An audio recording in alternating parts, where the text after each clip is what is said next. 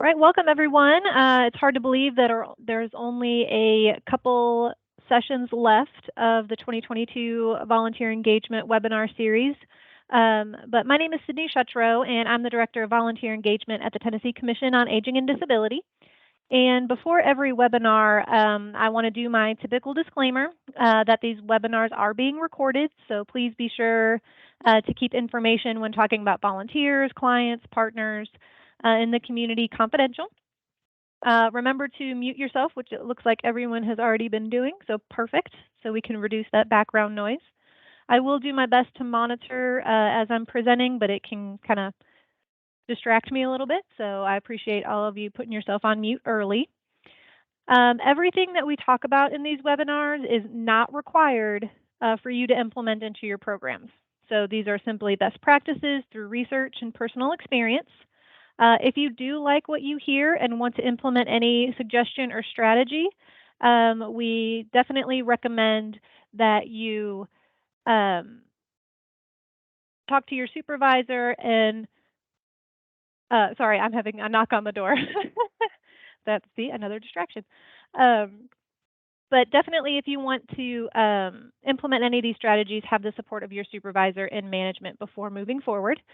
We mentioned a little bit before the recording started, we're going to be using the chat box quite a bit. So please, if you can, maybe, I know some of you already have, say hi, good morning, your name, just so we know that everyone knows where the chat box is located, so we can have hopefully a nice lively discussion today during some parts of the presentation. So this month we're going to talk about succession planning and preparing for future volunteer engagement coordinators. So first and foremost, congratulations everyone. You had no idea that I was going to congratulate you, right? But you have just won the lottery, retired, or whatever other positive reason you can come up with to leave your current job. No, this is not advocating for you to actually leave. Please, no one leave. I don't want to get in trouble. But we want you to stay forever and never go. But in reality, we all know at some point we are going to leave our current positions for one reason or another. And succession planning is all about doing our best to sustain the successes for the person who's going to be coming to fill our very big shoes. So just kind of starting the presentation off with a little bit of a positive note. Hopefully you all can come up with some other positive ways that you would leave your current position. But again, not advocating for you to do so. Please stay forever. So we're going to look at succession planning mainly in the terms of our roles as managers and coordinators of volunteers. And I will probably use the word volunteer coordinator more than manager or director, but whatever your title is, there's many different ways to describe our roles, but I'll probably, just so you know, I'll probably be using that terminology. And we'll also touch briefly toward the end on planning for veteran volunteers who, of course, will eventually discontinue their service as well. But first, let's start with a definition of what we're going to talk about. So succession planning is an ongoing effort to develop a culture through the organization that values leadership continuity as a way to make sure successful mission delivery is sustained over time. I know that's a really long definition, but there were some words that really stuck out to me when I found this definition. The first one is ongoing. Thank goodness. I love the aspects of my job that can evolve and change with the time. So it's not going to be, and maybe this is the millennial coming out in me, I don't know, but the status quo is not something that's probably going to happen with our roles. We're ever evolving, things are constantly changing. I mean, the perfect example of that is when COVID hit. We were doing things in terms of volunteer management the way we've always done it. COVID hit, and we had to have a 180 pivot, to quote friends, on how we do things. So it is an ongoing evolutionary process, and that's the same with succession planning. And it also gives the new person or the volunteer coming in who's replacing that veteran volunteer the freedom to make things their own. Continuity is another one, so making as smooth of a transition as possible. This also ensures a foundation is set to build on for anyone who's picking up where you left off. Mission delivery. So just like everything else we always talk about, It's so vitally important that what we do relates directly back to the mission of our program and our organization as a whole. And the last thing that really stuck out to me is the last thing that any of us wants is for the progress to stop completely after we leave, right? We've worked so hard for so long to make so many things happen and be put in place that we don't want that to stop if we win the lottery or something positive happens. So I hope that throughout the presentation and discussion that everyone can find at least one item that they're going to do by the next webinar to help in their succession planning. So yes, that's right, everyone. You are getting homework this week. I always wanted to be a teacher, so this is the only way I can give out homework. So I'm going to read that definition one more time. And just if you want in the chat box, did any of these words stick out to you, or was there a word that stuck out to you that maybe I didn't put on the slide but is really important to you? So again, we're going to be talking about succession planning, and that is an ongoing effort to develop a culture through the organization that values leadership continuity as a way to make sure successful mission delivery is sustained over time. If I was smart, I would put that in the chat box, but there we go. So if any of those words stick out to anyone, type those in the chat box to see if you can relate to that definition. And while you all do that, I'm going to do a poll question. Yep, leadership continuity, absolutely. Here we go. All right. So remember, everyone, to mute yourselves. I'm getting a little bit of feedback. Whoa. All right, so I'm going to launch a poll. This should also be in your chat box, which is why I wanted to make sure, or it could pop up on your screen. I'm not sure exactly. This is why another reason I wanted to make sure everyone knew where to look. So quick poll question. Out of curiosity, I want to ask, and the results are anonymous, so you can be honest, and you know that's a great way to preface any kind of question, that disclaimer, right? So the question is, have you ever started a job with little or no guidance on how to complete your role? Yes or no? We only got 4 responses and we got quite a few more people, so I'm going to give everybody just a couple more minutes. Well, seconds, really. We don't have minutes. If y'all would fill in that poll question for me. All right, some people don't see the chat. It should be, or the poll, it should hopefully be in either your chat box or maybe it popped up on your screen. If not, I'm not sure exactly where it would be located. That's unfortunate. I mean, if you want to be brave, you can put it in the chat box. We have 9 responses and 21 participants, so we're about half through there. All righty, I'm going to go ahead and close the poll. Darn, trying to do some fun stuff. So we had 9 responses and a large majority, and we're even getting some people typing in the chat box. A large majority of us said yes, that we have started a job with little to no guidance on how to complete our roles. So in the chat box, again, if this is safe space, I know we're being recorded, but nothing that we put in the chat box is being recorded. So, you know, your name's not, I'm not calling anybody out. But let me know, how did that make you feel? And share that in the chat box. So I've definitely had this experience, and it, at the beginning, overwhelmed is the perfect word to use that came into the chat box. So definitely at the beginning, I was like, holy cow, what did I get myself into? I wish I had just like the bare minimum of what I needed to do.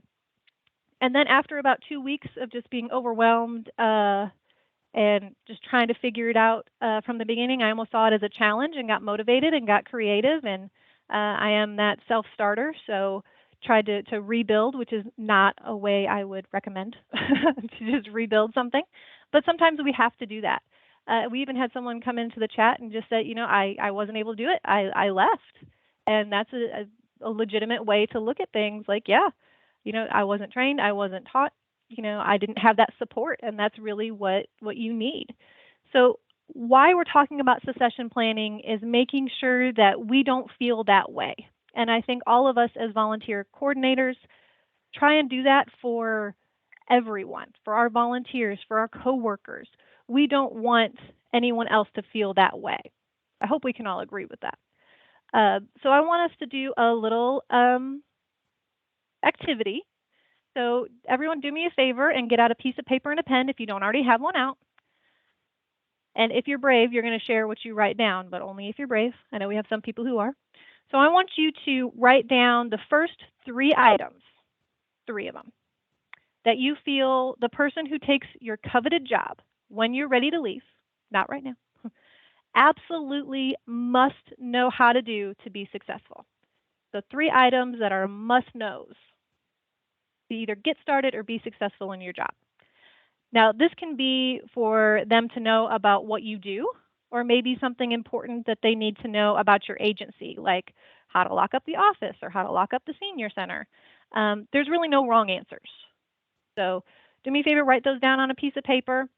If some of us are maybe struggling because you didn't know that there was going to be so many pop quizzes and activities on today's webinar, if you're brave enough, please share those with the group, those top 3 items that you've written down or are thinking about. I'll share mine. So mine are knowing the volunteer screening procedures. So we have to do background screenings and things of that nature. So that's a huge component that someone in my position will need to do. Updating my job description every year. Not my volunteer roles necessarily, but what I do. Because every year things change, some things get added on, some things get taken off. So again, that whole everything is always constantly evolving. And then my third one is having an updated list of important contacts that I use regularly. So a couple people have written in where to find volunteers. Absolutely. Some of your recruitment techniques and strategies. Being trust and be open-minded. Absolutely. It doesn't have to necessarily, it could be characteristics for sure. Show where all the clients are. Yeah, if you have databases, where to know kind of who the people you're serving are at, where the people you're serving are at. Absolutely. Okay, I know we have some more coming in, so I'll talk about those. But these 3 items and all the items that are coming in that you're sharing have many, many layers of detail that go into them, right? The screening procedures, it's just a huge laundry list of things that you need to know after that. So next time you're in there you go, we got somebody showing the piece of paper. Awesome. We got, document everything, ask for help. Oh my goodness, absolutely. Keep up with timesheets in service and always communicate with volunteers regularly. Love those 3. Perfect. Thank you so much. Next time you're in a, let's say, not so entertaining meeting, we're never in any of those. All of our meetings are always so entertaining. Start to write down the details under all those 3 things that you've listed. For screening procedures, again, for example, I'd need to make sure the person has access to my spreadsheets. Lord help them. I love spreadsheets, and no one else loves my spreadsheets, so bless them. Easily access the 4 required screening sites, know the different portals where we have those volunteer recruitment strategies, who the contacts are for each program, and send new volunteers, and the list goes, again, on and on and on. So next time you're in one of those meetings, write down some of those details. You should not be writing down those details now. There's no possible way that you can be bored just yet. But I understand if it's kind of fresh on your mind, you want to jot those down. We had another few come in, how to fill out paperwork. Again, ask questions. That is the biggest thing that I would advocate for everyone to do is ask questions. Be annoying. I'm a baby sister. Boy, do I know how to be annoying and ask a bunch of questions. Managing a database and those policy and procedure manuals. Absolutely. Great suggestions and great start to the conversation. Thank you all so much. So tips to getting started. While we listed out our items, of course, let's see how our items line up with what the research suggests that we need to do just to dip our toes in the water and start the planning process. So the first one, yes, we can see anyone who's typing in the chat box, we can all see it. That was a question that came in. So maybe I did read a little bit ahead, but even if I hadn't done the research for this presentation, updating your job description, again, your job description, not the volunteers' role descriptions, but what you do in your paid position is going to be at the top of the list. This also goes, again, it does go with the volunteer role descriptions just to make sure that if you're planning for veteran volunteers leaving that may come up at the end of their service, you have all of that updated with their suggestions and maybe things that they've done in their role that aren't already on the volunteer role description. You want to make sure those are updated as well. While it is important for your successor, the person filling in your shoes, it's also important for your supervisor or upper management of your organization, whether that be an executive director, board members, whatever it may be, know what you do. Not necessarily the nitty-gritty of everything that we do, but just so they have an overview and they have those details already set in place. So I have my second and last poll question I'm going to ask you all. I'm going to launch that now. So I just want to get a feel for the group. I'm very curious about this. Do you all have a say in what your job description says on a regular basis? Yes or no? Do you get input, or is it something that hasn't been changed or updated since you started? Is it something that you're just like, okay, well, it's what my supervisor says I need to do, so this is what it is? I'm going to leave that open for a second. We're getting some people in the chat. Some. Okay, so maybe it's not just a clear yes or no. I always need to put the maybes in there. I need to stop being so, one way or the other. So we're getting quite a few no's, a few yeses. We're getting a good mixture of just about everything and some maybes. Okay, I'm going to go ahead and close that poll. And if anybody didn't get a chance to put their thoughts in the poll, feel free to just type those into the chat box again, if you're brave. So I'm not going to try and make it sound like you should go to your supervisor and demand to update your job description and get in trouble. I don't want you to do that because we have some supervisors who are on the call. I don't want anybody to get mad at each other or, strain an important relationship that you have at your workplace.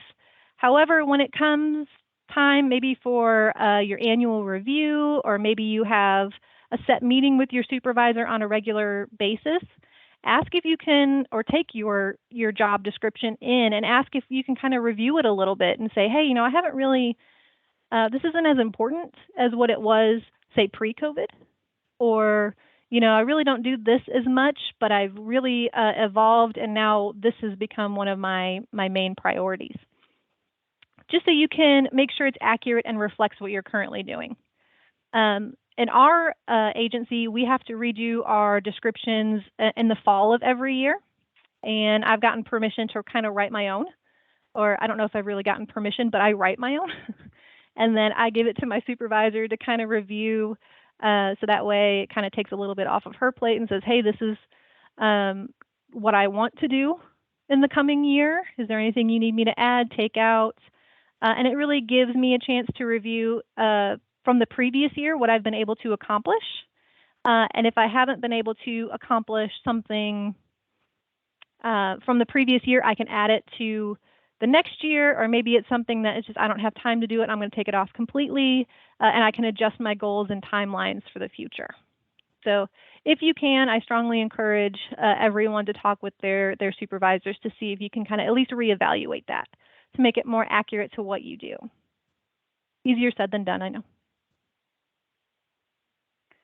Compile pertinent information. So think back to when you first started your job and were just starting out and you stayed. What do you wish you knew then that would have helped? So we kind of did that a little while ago with that list of 3 things. So again, putting yourself in the shoes of your replacement, you're working with a blank canvas, so paint something beautiful, more or less. So some important information you may want to consider having just for you as well in a safe spot, like login information for important sites, or switching login information to make it more general than it may be your email address or something along those lines. Contact information for those key people. I'm the Senior Center liaison, so I update the list of Senior Center directors so I have a contact for every Senior Center across the state. That's a really important document that whoever takes my position in the future really needs to know and needs to be updated as best as I can have it. Websites visited more often to be bookmarked for easy reference. And this could be something like where you submit your timesheets, those volunteer screenings, and just easy things to access that you look at regularly may be beneficial for the person who takes your role. And then those volunteer role descriptions, we talked about policy manuals, handbooks, training materials. That's a big one. Flyers, equipment, and anything else needed to support volunteers, kind of having all that information in a centralized location. I'm in the process of transitioning out of a role that I've been in for the last 4 years. As much as I say I'm OCD, it's a kind of a running joke here at the office. My files for this particular role are a mess. So, and I'm not talking about my volunteer role. You all are stuck with me for hopefully, as if I have it my way, a very, very long time, unless something unexpected happens, like I win the lottery. Organizing our pertinent information is just so important. One thing that I've been doing that I wish I had done when I first started was putting email drafts that I send regularly, like training announcements or things having to do with this webinar series. You know, you kind of get the same type of email from me every month, just with like a different title and a different date. So that way it's uniform and everyone kind of knows what to expect almost. Maybe that's why our attendance has dropped off a little bit. Maybe I need to rethink that. But something so our person who's coming into our role can save a little bit of time. And here's something that I've already created. Feel free to, of course, edit it, make it your own. But this is, again, that foundation that you can start with, and less of a chance that someone might forget some kind of pertinent information. This one can be controversial, but hear me out. Some of us may be lucky enough to have time to work with the person who will be taking our role one-on-one. Not a lot of us, but some of us may. If you're able to have this vital opportunity, schedule time to walk them through each step of your process. It doesn't have to be a full day. I hope it's not a full day. If it is a full day, more power to you, but kind of break it off into chunks if you have that flexibility. I love the see one, do one, teach one method. Yes, I do watch Grey's Anatomy, and that's where I got this from. Generally, it's done in the medical field, but it applies to learning every new skill, more or less. So I show someone how to do a task, and then they have a chance to do it themselves for that hands-on experience. Maybe they'll be able to teach it to another person, like an intern down the line or a volunteer, but that may not be as prevalent to our roles as it is to the medical field, but hey, you never know what could happen down the line. You may find that someone you know or already was working with, maybe a coworker or a volunteer, will be taking over for you, and that's a great time to start that cross-training. Many of us, again, don't live in this perfect world of being able to stay and train the next person. In this case, maybe it'll be important to make sure your supervisor understands the high points of what you do. Again, you're not getting into the nitty-gritty with your supervisor, most likely, because there's just so much probably on their plate as well. So if you are a supervisor, please don't hurt me for this suggestion. But again, this doesn't mean every little detail, but maybe for your supervisor, they have that 10,000-foot view. Or give them a little bit more of a narrow down in certain areas and do a 2,000-foot view. Like, okay, you know, we recruit volunteers, but here are the links and the sites that we use most often. Here's how you access them. Here's how you can update the website with a volunteer opportunity. A little bit more detail, but not, again, super, super detailed, more of an overview. Now that we've been somewhat forced to rely on technology more than ever before, thank you, COVID, we might consider recording some trainings for our replacement if we don't know who that person would be. So maybe just short 5 to 10 minute videos that show the process of completing a task. So we got a new volunteer application. Here are our steps we take. We make a volunteer folder, whether that be paper, electronic, or maybe both. I always love a paper trail. Complete their background screenings, send a confirmation letter or email that their application's been received and they've passed screening. Schedule an interview, send them any materials they need to sign. Maybe they have a confidentiality agreement, code of ethics, a handbook. Enroll them or share training materials, so on and so on and so on. And do that in just a kind of a short little mini clip. And that way, if they'd have to have a quick reference, you know, okay, here's this little video on this little video on that, instead of a, 3-hour-long training about every single thing that you do. Again, just suggestions to help us get started. Any questions, comments, suggestions, please, again, feel free to put those in the chat box as well. So what are we going to look for in your replacement, or what are you going to look for? So we can't have everything that we want, right?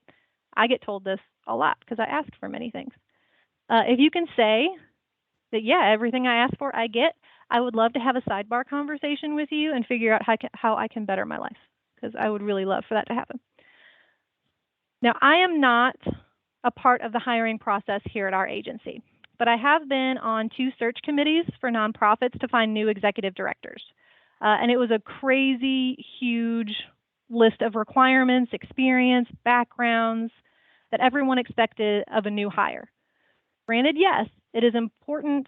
It's an important position, an executive director, even a volunteer coordinator, extremely important position. And I agreed that all of the items that everyone had suggested were valid. But I felt like everyone was really looking for a unicorn, and no one is going to check 125 boxes. So kind of what ensued after that was I suggested to put a wish list together, and then a massive brainstorming session happened for about 30 minutes where we wrote up on a dry erase board, someone with way better handwriting than I did, all of the ideas of qualities, whether it be personality, background, whatever it might be, on that board. And no idea was a bad idea. So we took about 15 minutes after that to combine some of the same type of characteristics to kind of narrow down our list. So maybe there was a few things that were like a good leader and knowing how to direct people. So that all kind of went into a leadership bucket. So we didn't have 125 items. We narrowed that to about a solid 30 items on our list that we wanted the new executive director to possess. I wish I would have kept notes on that meeting to look back on now. It was probably the most fun brainstorming session I've ever had. From there, we ranked the top third, middle third, and bottom third of the qualities that we wanted. Ooh, I'm going to get to that comment that's in the chat box here in a second. So I'm not ignoring the comment. I'm coming back to it. While we listed nearly everything we wanted on the job posting, when we were doing interviews, we kind of looked for the candidates that checked the most boxes in our top third, so to speak, and what we felt most important. So we kind of had our little checklist kind of out on the side. It can be a daunting task to hire someone, so you don't feel like you failed or wish you would have hired this person over that person. So hopefully the next few slides that we're going to go over are going to look at some of the traits and experience that are most highly recommended for a volunteer coordinator.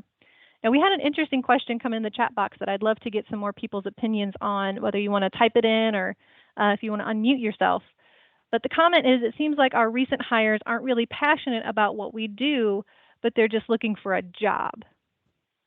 I can agree with that. I've definitely had that experience before. If anyone has any comments, suggestions, hopefully through the next few slides, you'll get some input on, especially when we talk about interview questions, to kind of get the feel of the person. That might change how you look at who you're hiring.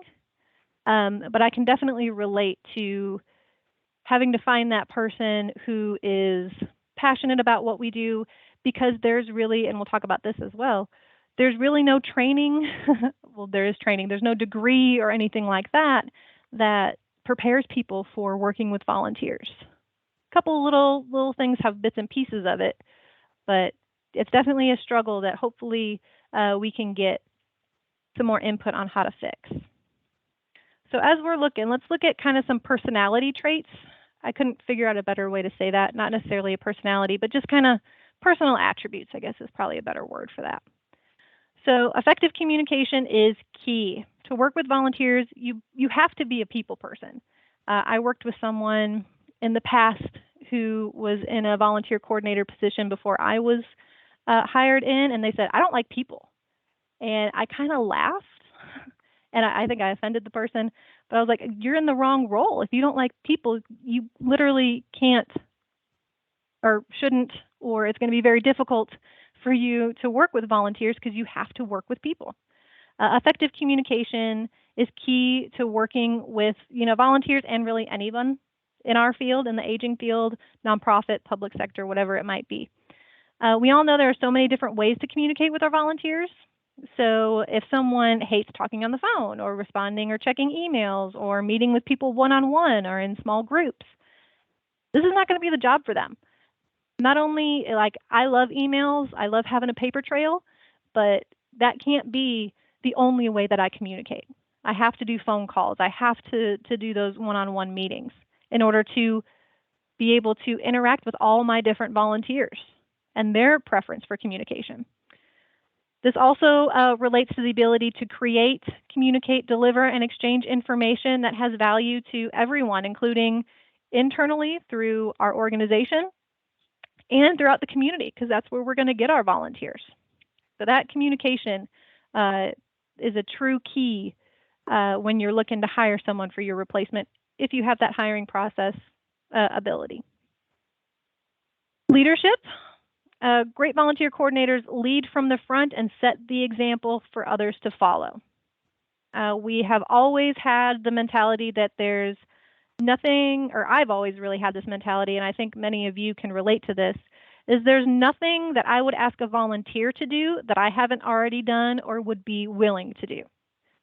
You know, I'm not going to be like, oh, I don't want to stuff envelopes, so I'm going to get a volunteer to do it. I'm going to stuff envelopes with those volunteers, get to know them a little bit more, and show them that what they're doing is really important, even if it seems kind of like a menial task. We have to motivate people who are donating their valuable time to keep coming back.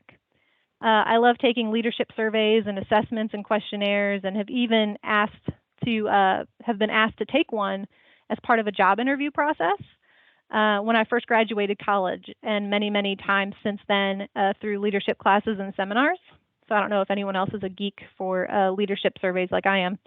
But it's interesting to understand better how I lead, and even more how others lead, and all of a sudden it makes sense why you and the person who never agrees with you or pushes back on all of your requests, why they do that, because we just have a different mentality. So one of us, and it's probably going to be us, has to change our approach so that way we can lead them. So I know we've had, whether it be with coworkers or with volunteers, kind of those personality clashes.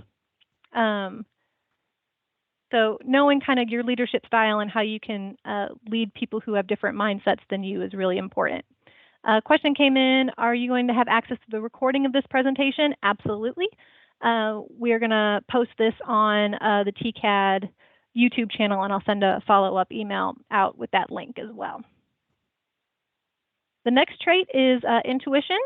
You have to be good at reading people. And I have to admit, I struggle in this area a lot because I want to believe everyone is a good fit.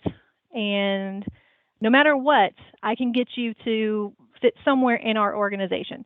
And lately I've had more of I'm getting better at adjusting and understanding that a volunteer may think they would be a good at, say, calling someone on the phone to check in, but really they don't like talking on the phone as much as they thought they would, and they would be a better fit out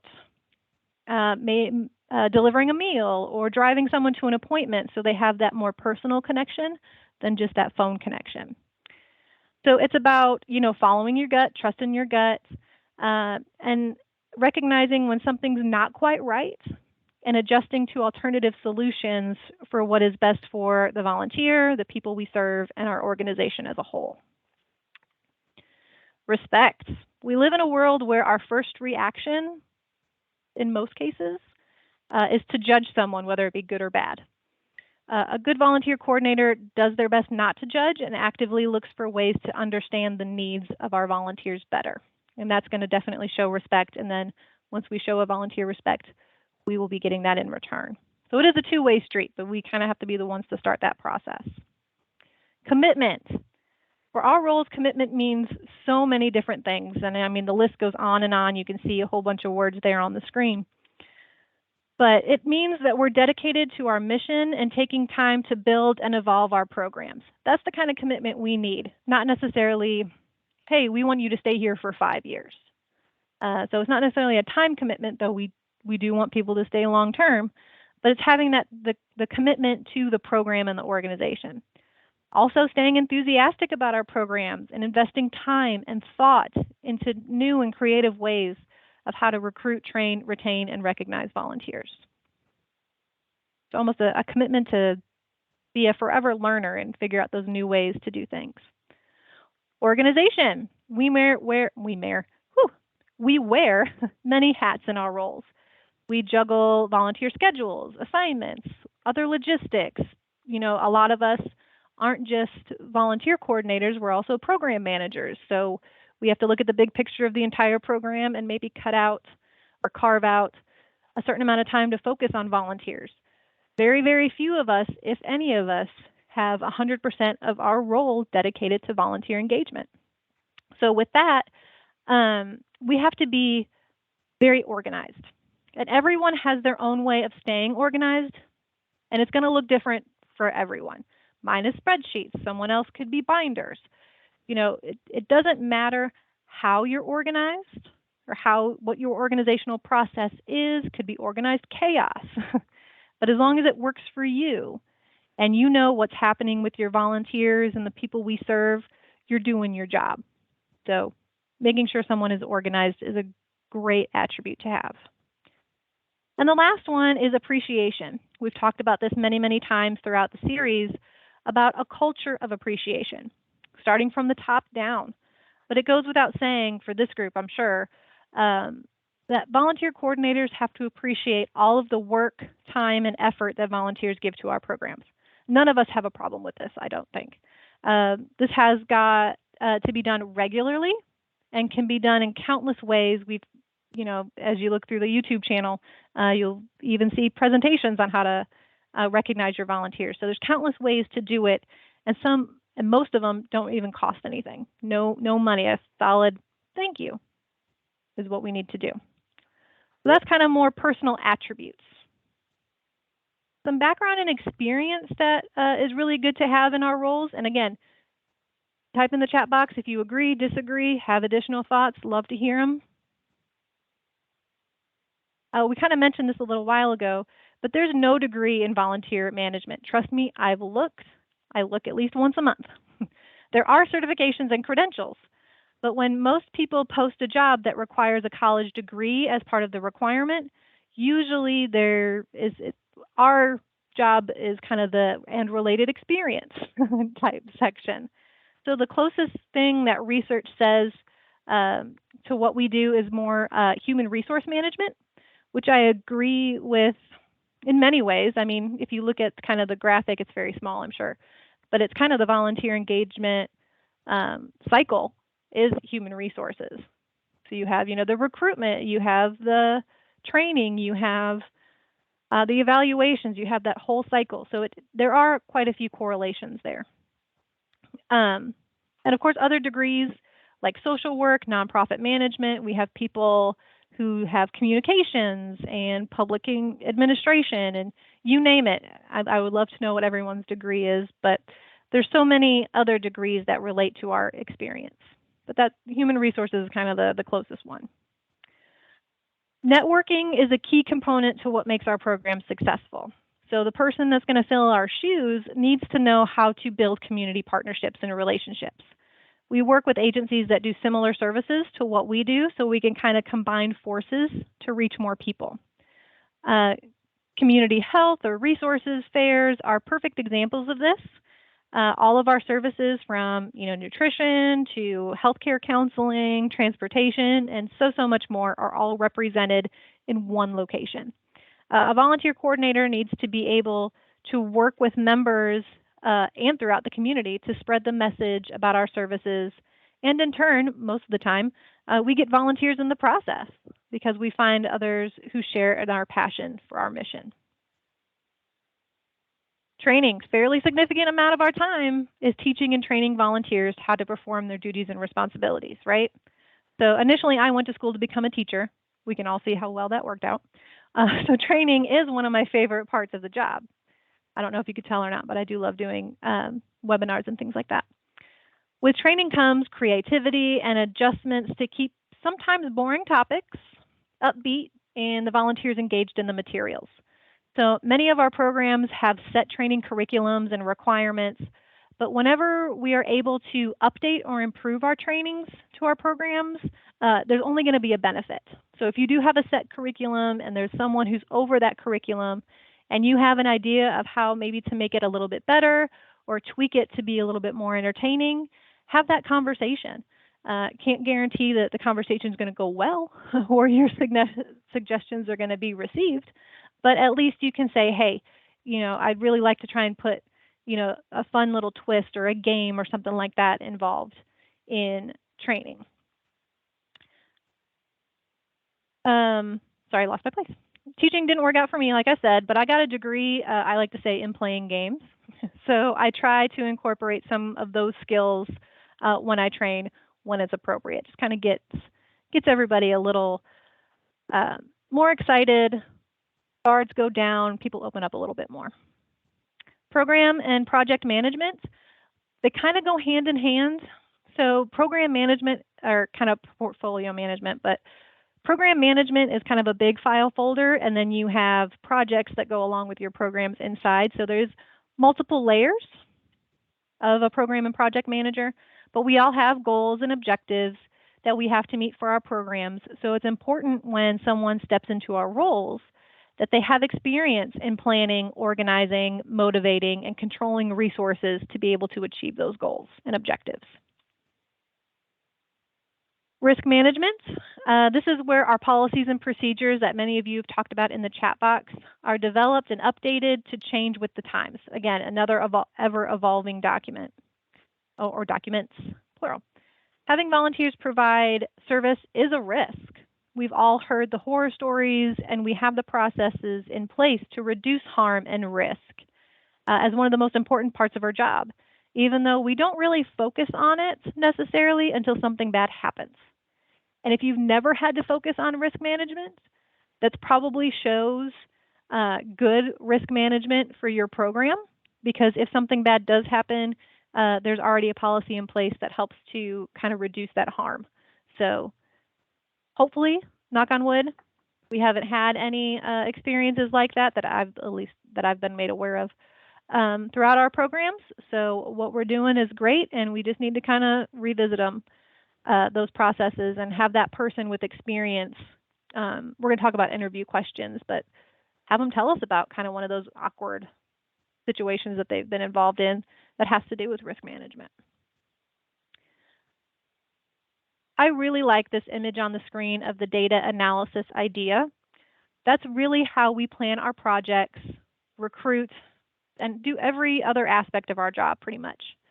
So having someone who knows not necessarily how to do every single type of data, but knowing how to look at data, recognize trends through analysis, and come up with ideas from that is a key component to be successful in our roles. So we look at our data and see, wow, we had a big influx of volunteers in the spring, or high requests for services maybe in the spring, but we'll talk more about the volunteers side of things. But what happened then that caused the increase? Well, it looks like we had a lot of volunteers ages 18 to 25. So it looks like in the spring, well, school's being let out for the summer. So maybe for the break or the summer break, we had high school and college students were trained in the spring so they could help in those summer months while they were home. We need to reach out, that's the data. We analyzed it to see why that trend was happening, and maybe an idea of reaching out to local high schools and colleges and universities to see if we can do, say, a presentation to some groups, put up flyers, or get brochures in the classrooms or the dorm mailboxes to see if we can get even more people recruited during that time. We also need to have that plan ahead of time to make sure if we get an even bigger number of volunteers, that we have those activities that we can put them to work doing. So maybe in the spring and summer at a senior center, it's those community gardens or the landscaping or something along those lines.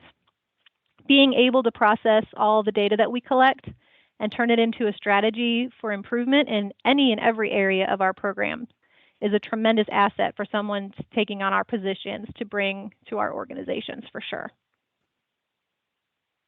So those were the big kind of attributes kind of in those general buckets. So let's talk a little bit about where to find these people. So we kind of mentioned that people aren't really passionate. So let's figure out where we can find those passionate individuals maybe. And again, it's going to work for some people, may not work for others.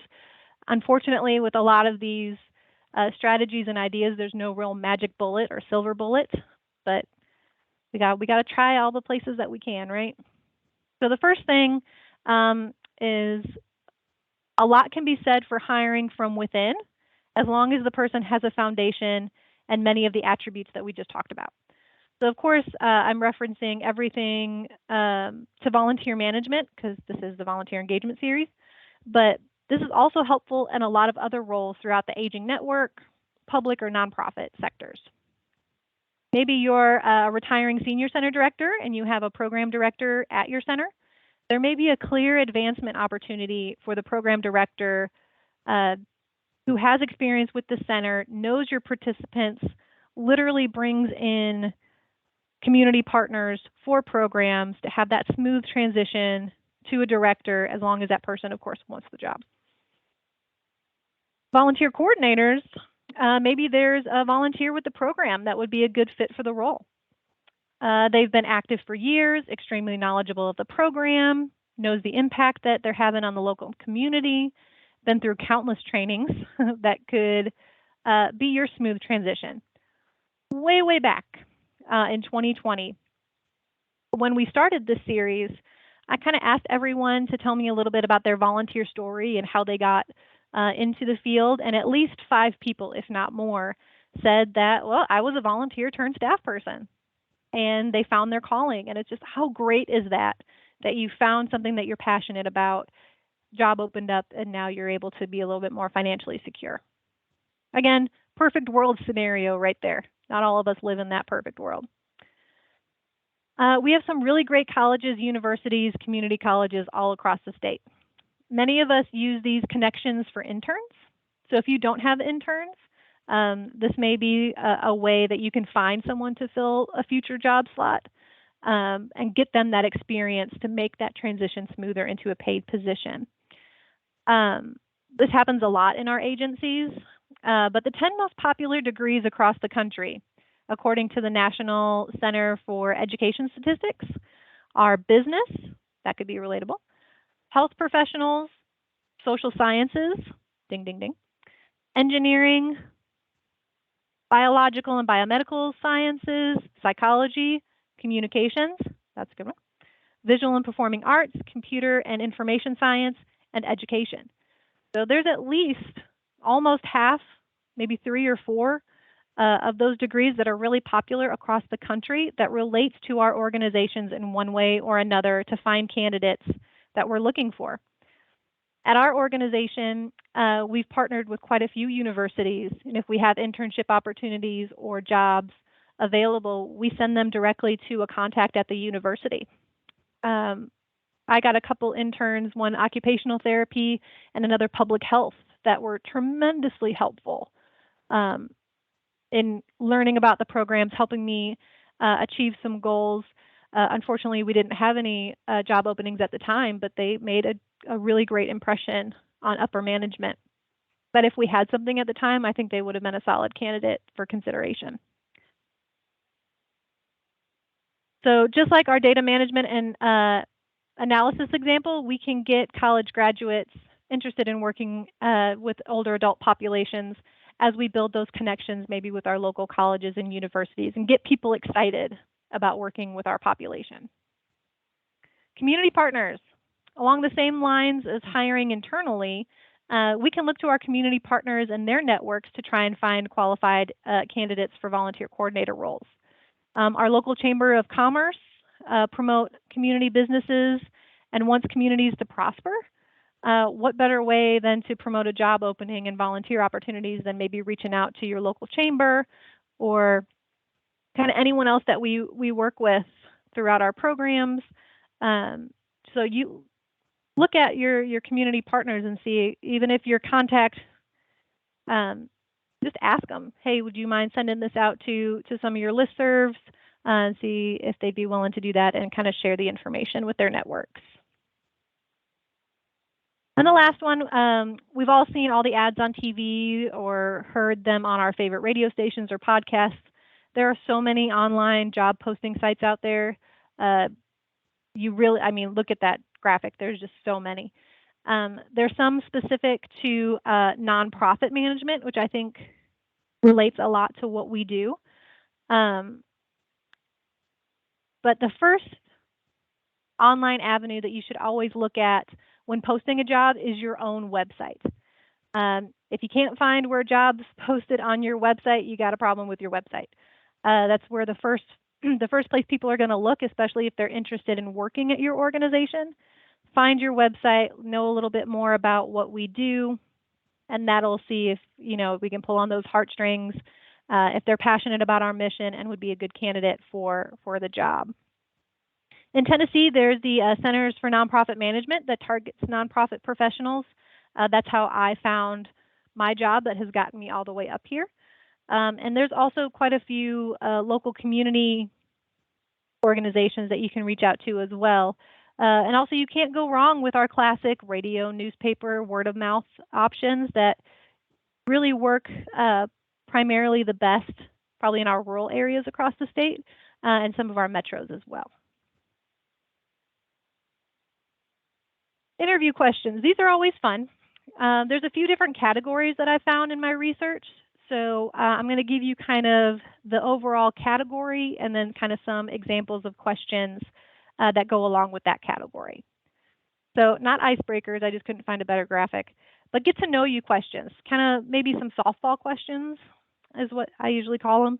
But interviews can be stressful and intimidating, so starting light the best you can if possible. So tell us about yourself. Side note, arguably the worst question ever asked. I hate talking about myself. I don't like that question. But at the same time, if I'm going for an interview, that's something that everyone should anticipate being asked in an interview so we can prepare for that. Why do you want to work for our agency? What causes are you passionate about? Kind of getting to know them a little bit more like that. Let the interviewee get excited and share their excitement with you. So we want someone who's passionate about the job and not just looking to get a paycheck. So some questions, what do you think makes you a good fit for this position? What are some of your strengths and how are those strengths going to help you in this role? What are your volunteer experiences and what motivates you to volunteer? Another side note, and this is 1000% my own personal opinion, so not really any research to back this up. But if someone is being interviewed for a volunteer coordinator role and they have no volunteer experience, they've never volunteered, they don't like to volunteer, that is a huge red flag. And if I had a vote, they would not get my vote in being a volunteer coordinator. Maybe some of you agree, maybe you disagree. Again, personal opinion. And then another one is, what tools do you have that may help you in recruiting volunteers? So they can share their enthusiasm about those aspects and why they feel like they would be a good part to join the team. We talked about interpersonal skills. Communication is a vital part of our role, so don't be shy about asking how they communicate. So being blunt about it, how would you describe your communication style? Do they have multiple ways that they like to communicate, or is it just one? How do you communicate with a difficult volunteer? You can even set that up as an example. What do you do if you're faced with an unhappy volunteer? Not necessarily a difficult volunteer, but you just see that a volunteer is really losing that motivation, doesn't like the role that they're in, and you can set up a scenario for that one as well. How would you motivate and reward volunteers? That's a really great question. How would you promote and recognize volunteers for their work? So it all kind of goes into that, how they would show appreciation, do all those interpersonal skills that we talked about previously. And leadership. Volunteer coordinators have to be leaders. It's so extremely important. Can the candidate get volunteers to follow them in achieving the program's mission? So describe a time when you demonstrated leadership. Let them talk about their experience. Describe a time when you collaborated effectively with others. And it doesn't have to necessarily be in a volunteer role. It could be a completely different experience, but it can always relate back to how they can collaborate well with people and lead others. And then describe their leadership style. Okay.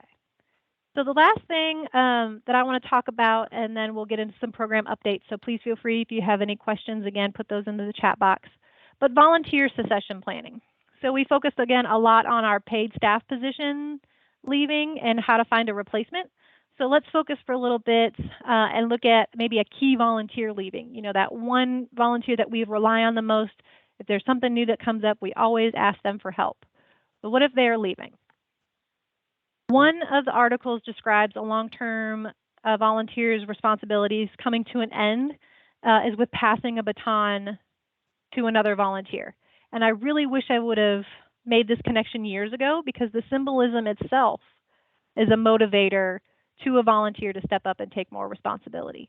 So that's kind of really what volunteer succession planning is showing that volunteer who is ending their service, the respect, and how we're going to kind of respect their legacy and carry on all the hard work that they've done for us.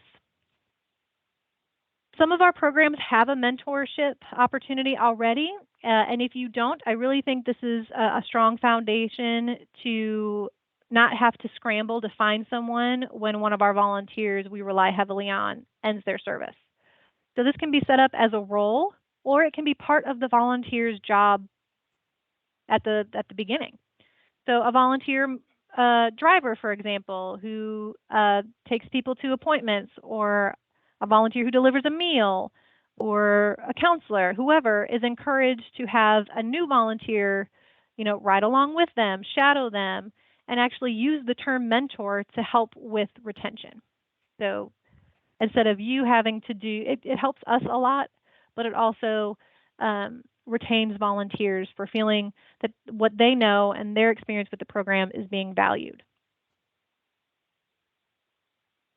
When the veteran volunteer stops service, they also feel like their work can be continued because they've taught someone else what they know. So it's not just kind of an abrupt, all right, I'm gone, but it's, okay, I feel comfortable with leaving. I know volunteers who continue to volunteer maybe past when they should, because they feel like they're going to leave us high and dry. And this is a way to get those volunteers to be comfortable with, okay, I know things are going to carry on without me. We don't want them to leave, but we understand when they need to leave or feel like they need to leave. Kind of a chain of command. I'm not sure if this is possible. So this is kind of I don't want to say an original idea, but an idea that I just wanted to kind of talk through to see if this is even possible. So let me know if I'm just being crazy. But I want to find a way to use a similar model as kind of like a board of directors to improve our volunteer succession planning. So for boards, there's typically a predetermined chain of command of sorts that is established by law that boards have to follow. Generally speaking, it goes like president, vice president, secretary, treasurer. And then maybe you have a few more people on the list. Those positions are more or less required. Uh-oh, why is my computer about to shut down? Hopefully it won't before the presentation's over. When the president leaves, there's a clear chain of command that the vice president automatically moves up in the ranks. So it's already kind of accepted when you take that position that if someone leaves, you're next in line. So I don't know how, again, but I feel like this could really help us solve some of our stresses if we just kind of figure out kind of a setup like this. More big picture idea. So anyone who wants to help me tackle this, please let me know. Looking at it in a different way, do you need to have one person to take on all of the roles of that previous volunteer, or all of the duties that that volunteer did? Or can you divide the responsibilities into multiple people? Maybe you already know one or two volunteers that have certain skills and can take on those tasks the previous volunteer did. Or maybe you just need to find someone new to take on one or two of those tasks, but not all of the duties that that volunteer did. So you may be able to kind of divide and conquer, as they say.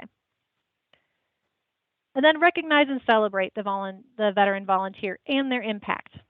I've been to many volunteer events that have done a fantastic job of showing a volunteer who's ending their service, you know, retiring, whatever it might be, the love and appreciation that they deserve. It would be amazing to include an actual passing of the baton ceremony or moment where we can not only tell the volunteer, we'll carry on your hard work and legacy, but show them that we're going to continue because of all that they have contributed. So literally, okay, I've mentored this person for so long, I am actually going to physically give a symbol to that person that says, what I've done is now in good hands with you. I just think it gives me chills just thinking about it. All right, some key takeaways. Again, any questions, comments, please add them into the chat box for me. So let's summarize a little bit of what we discussed. So again, I love that definition. I can put the definition in the follow-up email if you all enjoy the definition as well. But one more time, succession planning is an ongoing effort to develop a culture through the organization that values leadership continuity as a way to make sure successful mission delivery is sustained over time.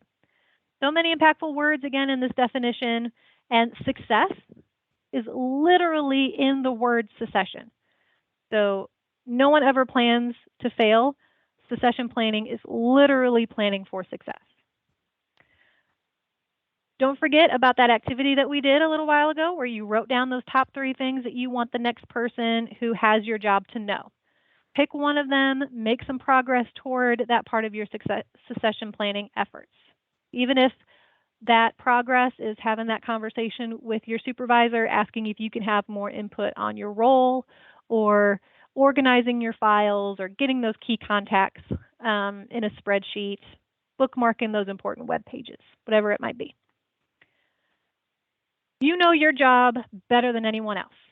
So start to make a wish list of all those personality and background and experience traits that you feel would benefit the next person who's come in to fill your shoes.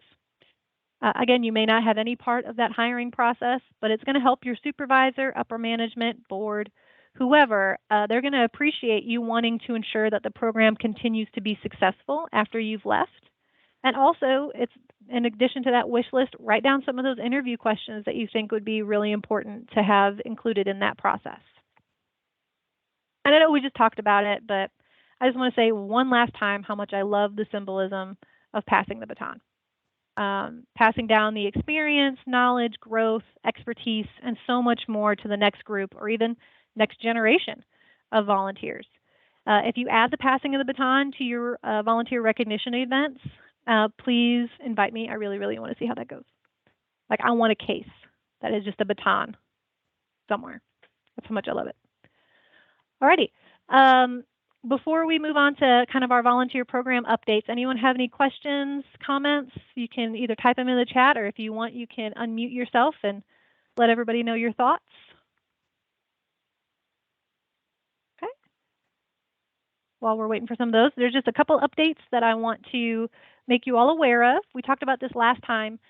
Some really good training opportunity that are coming after the series is over. The Tennessee Federation for the Aging has an annual conference every year. This is going to be in Pigeon Forge, October 25th to the 27th. And the theme is Bridging the Gaps, Working Together for Healthy Aging.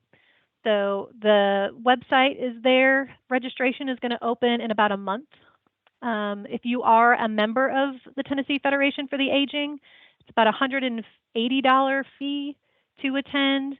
I believe non-members are about $230 to attend the 3-day conference. If you need any more information, please let me know or look to the website. And then I'm really excited that our study group for the next round of testing for the Certified Volunteer Administrator, our study group starts tomorrow. So 9:00 a.m. virtual. We're going to meet about twice a month or every other week and talk all things volunteers. So I sent the notice to everyone, I believe, who's expressed interest. If you haven't let me know, or if I've accidentally missed your email that you are interested, let me know. I'll add you to the group, and we are going to talk to everybody tomorrow at 9 a.m. Central Time, 10 a.m. Eastern Time. It is an international certification. There's only about 1,100 people in the world that have the CVA. And while I've taken the exam and I've done some study groups, I don't know all the nitty-gritty details. I know just enough to be dangerous and encourage people to sit for the exam. But if you want to hear it from the horse's mouth and from the experts, they do have one final information session on August 1st, which I want to say is a Monday, at 10 o'clock Eastern Time, which is 9 o'clock Central Time. And there's the link for the information session if you're wondering and curious about that. And if you want to take the exam in 2022, the next window is October 1st to the 14th, and it is a $350 fee. So it is quite a bit, and you only have that 2-week period to take it. If you want to join the study group, but you don't want to take the exam, not a problem. There's no requirement that you have to take the exam to join us and talk all things volunteers. It's just a really great way to end the week, in my personal opinion.